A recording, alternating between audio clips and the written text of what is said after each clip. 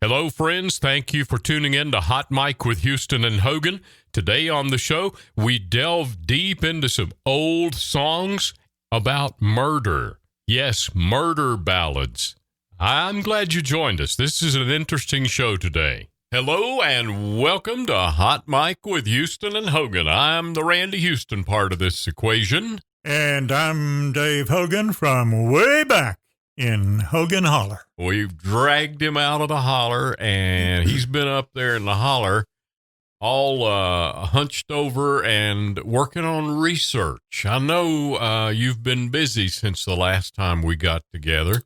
You know, I got to thinking about murder ballads, country music, murder ballads. Murder ballad. You got ballads. A dark topic for us here. A dark topic. But some of the big songs, especially in the early days of country music, were murder ballads. Somebody got killed. Yeah. There was a killing, as the old folks would say.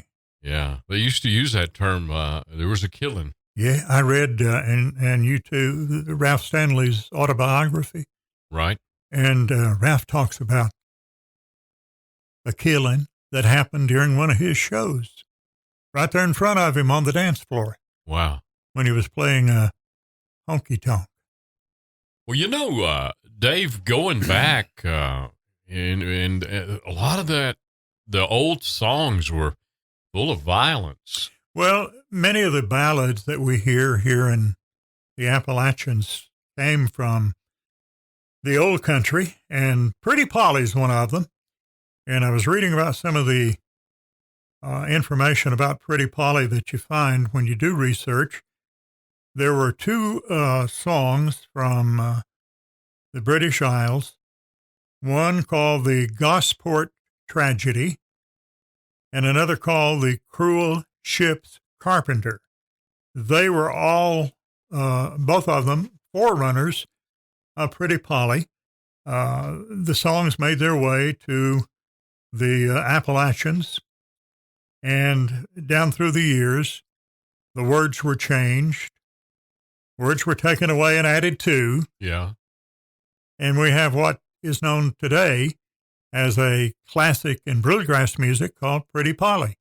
And if you've never heard it, folks, pull up Pretty Polly on the internet by Ralph Stanley and Patty Loveless. And I don't know if you believe in levitation or not, but when you listen to that song, it'll lift you about 6 feet off the ground, as Patty Loveless and Ralph Stanley do Pretty Polly. Now, in Pretty Polly, the two lovebirds, so to speak, get together, and she wants, or he wants to get married. He wants to get married, Willie does, but she does not want to get married. She says she needs a little more time to enjoy life before she settles down. Now, I'm not using the words directly from Pretty Polly. I'm just telling the story in my own words. But she wants more time before they get married.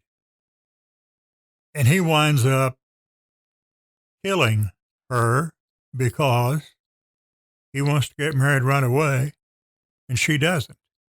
And he stabs her in the bosom. And that is Pretty Polly, one of the early murder ballads, and there are many more. So let's go to a later murder ballad that people who enjoy traditional country music, classic country music, certainly will know, and that's Knoxville Girl. Oh, I met a little girl in Knoxville town, town that I know well. And then every Sunday evening at her home I'd dwell. And that was also a song brought over from the old country. Originally, the title, and get this, goes back to, it was called Bloody Miller. Goes back to 1683. Wow. The year 1683. It was called Bloody Miller. It's the same story, just in a different wording. Bloody Miller then Berkshire tragedy in 1750. And then in Ireland, the same story was called the Wexford Girl. The Wexford, Wexford, the Wexford Girl, which is very similar to the modern day story called Knoxville Girl, which was copyrighted by a fellow named Graham Reed. And the most famous recording of Knoxville Girl is by the Louvin brothers, and it came out in 1956. And since we're so close to Knoxville, we're recording in western North Carolina, but both Randy and I have connections to East Tennessee, and I spent a lot of money in Knoxville, sending my daughter to the University of Tennessee. So just about everybody listening, I'm sure, has heard of Knoxville or can relate to Knoxville in some way. And in this murder ballad, the fellow, and it's never explained in the ballad why he killed her. Never explained. Yeah, you don't know the reason. Don't know the reason why he killed her. But anyway, he would go every Sunday night in her home, and then one night he invited her to take a walk there in Knoxville town, and they were on a bridge. And for whatever reason, he pushed her off the bridge and into the river. And there's some haunting words like, go down. Go down, you Knoxville girl. Right. And then also, after he commits the murder, he goes home, and his mother asks, where does all that blood come from? And he says, I had a nosebleed. And then he goes to bed, and he lies there, and he is haunted by what he has done. It says, I call for me a candle to light myself to bed. I call for me a handkerchief to bind my aching head, rolled and tumbled the whole night through, as trouble was for me like flames of hell around my bed and in my eyes could see. They carried me down to Knoxville and put me in a cell. My friends all tried to get me out, but none could go my bail. I'm here to waste my life away, down in this dirty old jail, because I murdered that Knoxville girl, the girl I loved so well. And as we said in the song, there is no indication as to why he decided to kill the Knoxville girl. That song, I remember the Osborne brothers, Bobby and Sonny Osborne, I think, recorded a version of that song. And I'm sure they probably did. Yeah. Because it was recorded, has been recorded, and is still being recorded by a lot of artists. And another one is a song called Long Black Veil. Do you remember that song? Yeah. Danny Dill and Mary John Wilkin wrote Long Black Veil. We got to do a program sometime on just Mary John Wilkin, who discovered Chris Christopherson. It's an amazing story. And we'll do just a whole program, an entire podcast talking about Mary John Wilkin. She not only discovered Chris, but a lot of others too, right? Well, she had a publishing company and helped out a lot of people. But her personal story is one that powerful. Is very powerful, very powerful. Okay, Long Black Veil. 10 years ago, on a cold, dark night, there was someone killed neath the town hall light. There were few at the scene, but they all agreed that the slayer who ran looked a lot like me. And of course, in Long Black Veil, he does not he does not want to. He takes the fall, so to speak, because he was with his best friend's wife. Yeah. Yeah. That was his alibi. And the judge said, son, if you have an alibi, you won't have to die. And he couldn't do it. But he couldn't use that alibi because No.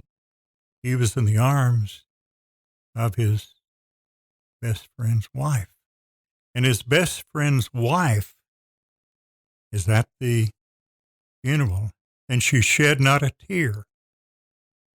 But on those cold nights, she walks these hills in a long black veil and visits my grave as the cold winds wail. Well, that's cold, Dave. That's an emotion-tugging song right there. And in just a couple of years ago, in 2019, Lefty Frizzell's recording of Long Black Veil was selected for preservation by the Library of Congress in the National Recording Registry for being culturally, historically, and aesthetically significant. So the song has been put into the Library of Congress in the National Recording Registry, written by Danny Dill and Mary John Wilkin. Another murder ballad, Long Black Veil. Want to hear another one? Yes, I want to hear. You've been researching a lot of these. Another one close to home. Tom Dooley. Hang down your head, Tom Dooley. Hang down your head and cry. Kingston Trio's the version I think of. That was the big hit. His name was Tom Dula, D-U-L-A. Okay. But even before the song, I'm told, people started using the word Dooley instead of Dula when they referred to Tom. And the song goes, hang down your head, Tom Dooley, hang down your head and cry, hang down your head, Tom Dooley. Poor boy, you're bound to die. Why was he bound to die? It was because he killed Laura Foster. He alleged that Laura Foster gave him syphilis. And in a fit of anger, he killed her. Tom Dula, a.k.a. Tom Dooley, was a Civil War veteran, and this incident occurred in Wilkes County. I was going to, yeah. Where? In western North Carolina, Wilkes County. Up near North Wilkesboro, Boone, right. That area. High mountains of western North Carolina. Right. And the incident occurred, and this is a real story, in 1866, right after the Civil War, is when Tom Dula killed Laura Foster. And he fled. And you know the line in the song? I'd been in Tennessee if it hadn't been for Grayson. If it hadn't been for Grayson, I'd been in Tennessee. Grayson. Where will I be tomorrow? I said, reckon where I'll be tomorrow. If it hadn't been for Grayson, I'd be in Tennessee. I have an old friend who's retired North Carolina Highway Patrol Trooper, Bob Grayson, who was in Buncombe County for many, many years. And he always used to want me to play that song for him. He'd say, I'm out running radar on I-40 West through Haywood County, and that line about they'd be in Tennessee if it wasn't for Grayson. He liked that. When Tom Dooley fled after he killed Laura Foster, he fled into Tennessee, and just across the line from North Carolina, what's now North Carolina, you know, that whole section over there in Upper East Tennessee used to be in North Carolina. But for sake of the song, they call it Tennessee now. There's a little place called Trade, Tennessee. It's the easternmost community in the state of Tennessee, not far from the North Carolina line. And Tom Dula went to work for a farmer named James Grayson. And when Grayson found out that he was the wanted man, he turned him in. And thus the line, if it hadn't been for Grayson, I'd be in Tennessee. So that's the story of Tom Dooley. The story that happened in 1866, and the Kingston Trio popularized Tom Dooley in 1958. And I know at least one member of the Kingston Trio retired to Boone. Oh, really? And I can't remember which one. I was a big fan of their music. I loved the MTA and all of their hit songs. The Kingston Trio. Remember the night the lights went out in Georgia? Man, there's a lot of people recorded that song. A murder ballad that was written by Bobby Russell. And Bobby Russell was married at the time to Vicki Lawrence. Vicki, of course, later on was a member of the Carol Burnett television troupe. Mama. She played that role of Mama. Yeah.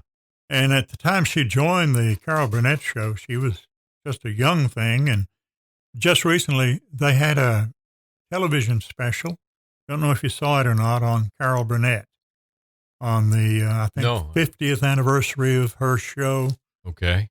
And I watched that, recorded it, and watched it.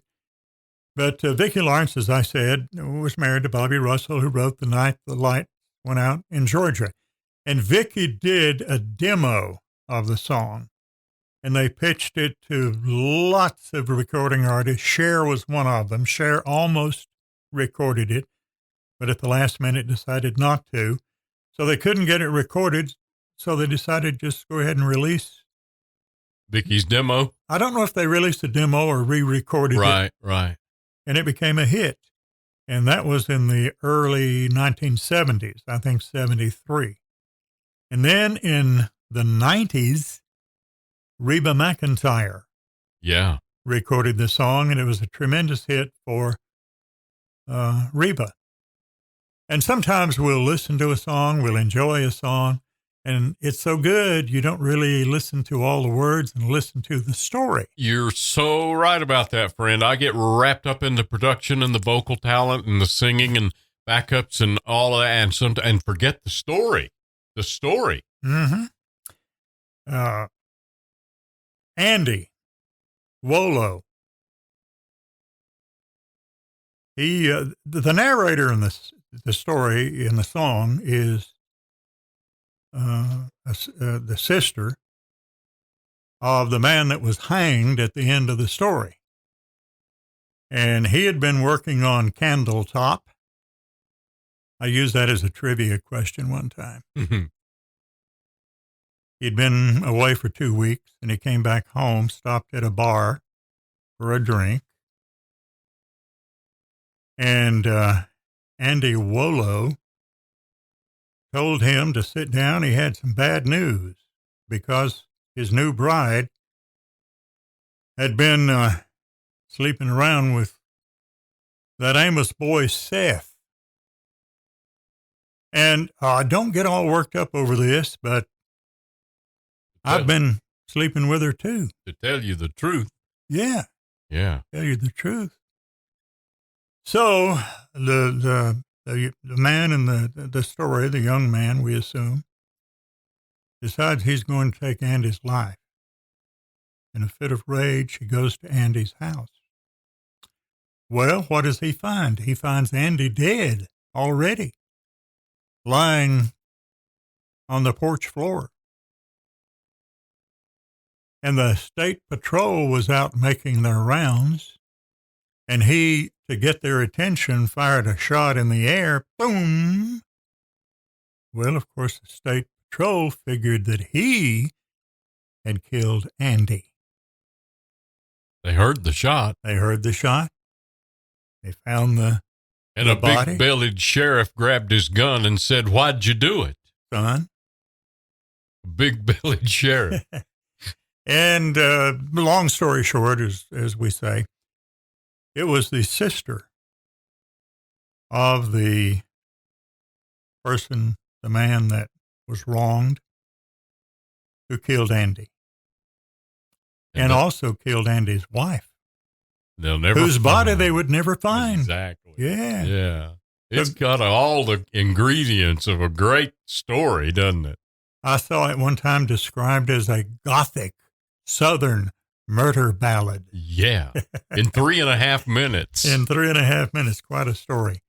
So if you haven't listened to The Night the Lights Went Out in Georgia and paid attention to the story, you might want to do that. Yes, you do. Still a very popular song, still play it a lot on classic country format. Reba McEntire, The Night the Lights Went Out in Georgia. Now another murder ballad of recent origin. I guess this is the last one we'll have time for. Is it the last one we'll have time for? Yeah. Well, there's a bunch more, and at a future date, we might go back and save those notes. Yeah. Let's talk about Goodbye Earl. Okay. By the Dixie Chicks. Oh, boy. Yes, yes. Known today as just the Chicks. They dropped the word Dixie. Okay. And it's the story of Marianne and Wanda. They graduate high school, and Wanda stays right there in town and marries a fellow named Earl. Marianne, she leaves town, goes to Atlanta, Georgia. And Wanda became the victim of domestic violence at the hands of Earl.